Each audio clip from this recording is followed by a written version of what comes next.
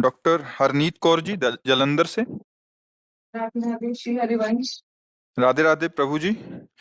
महाराज जी, जब परमात्मा का नाम लेते हैं तो दो तरीके समझ आए। एक तो जिह्वा से बाहर नाम लेना, दूसरा ऐसा पुकारना जैसे पास के कमरे में से माँ भाई बहन को पुकारते हुए बार बार बुलाना, इस भाव से वो सामने आ जाएं। मेरा मार्गदर्शन करें महाराज जी, मैं दोनों में से किस तरीके से बुलाऊं? मतलब एक तो जिह्वा से बाहर लेके और एक तो पुकारते हुए। देखो, एक होता है वाचिक, फिर होता है उपांश, फिर होता है मानसिक। परा पश्यन्ति मध्यमा वैखरी, ये वाणी है। जो हम बोल रहे हैं वैखरी वाणी है।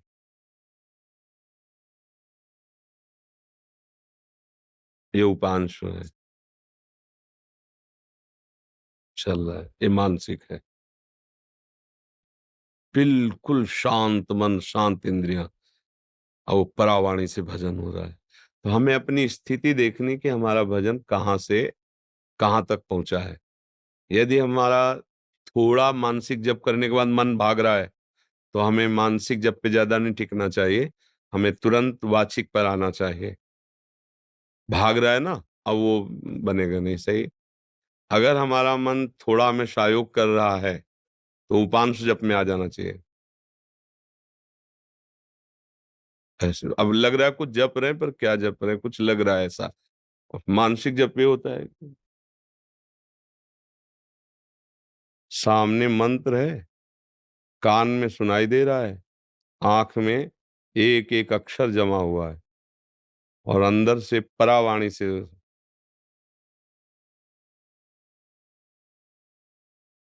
न माला है न कुछ, उठते बैठते चलते फिरते हर समय। पर ये सिद्धों की स्थिति होती है, साधक को करना होता है। तो अगर हम कम से कम 1.5 वर्ष जवान से अभ्यास करें, राधा राधा राधा राधा राधा राधा राधा राधा राधा, बिना प्रयास के उपांश चलने लगेगा। और अगर हम और कुछ समय उपांश का अभ्यास करें, तो फिर मानसिक में स्थिति आने लगेगी। पर इतना करने में बीच में जो यात्रा है बहुत घबराहट की है। जब पाप नष्ट होते हैं तो जलन पैदा होती है, नाना प्रकार के जो जिंदगी में कभी भी झगड़ा द्वेष अपमान हुआ होगा सब याद आएगा। सब जो पाप किए हैं वो सब सामने आए, क्योंकि भस्म होगा ना। और उस समय साधक को टिक पाना बड़ा कठिन होता है। अच्छा, जो कमजोरी रही वो तुम्हारे सामने उपस्थित हो जाएगी। जैसे आप काम, क्रोध, लोभ, मोह, मद, वही तुम्हें दबाना शुरू कर देगा, क्योंकि अब युद्ध शुरू हो गया ना। नाम अब विजय करवाएगा ना, तो नाम न छूटे, उत्साह न टूटे, और आप आगे बढ़ते रहो तो जीत जाओगे। और इसके लिए साधु संग बहुत जरूरी है।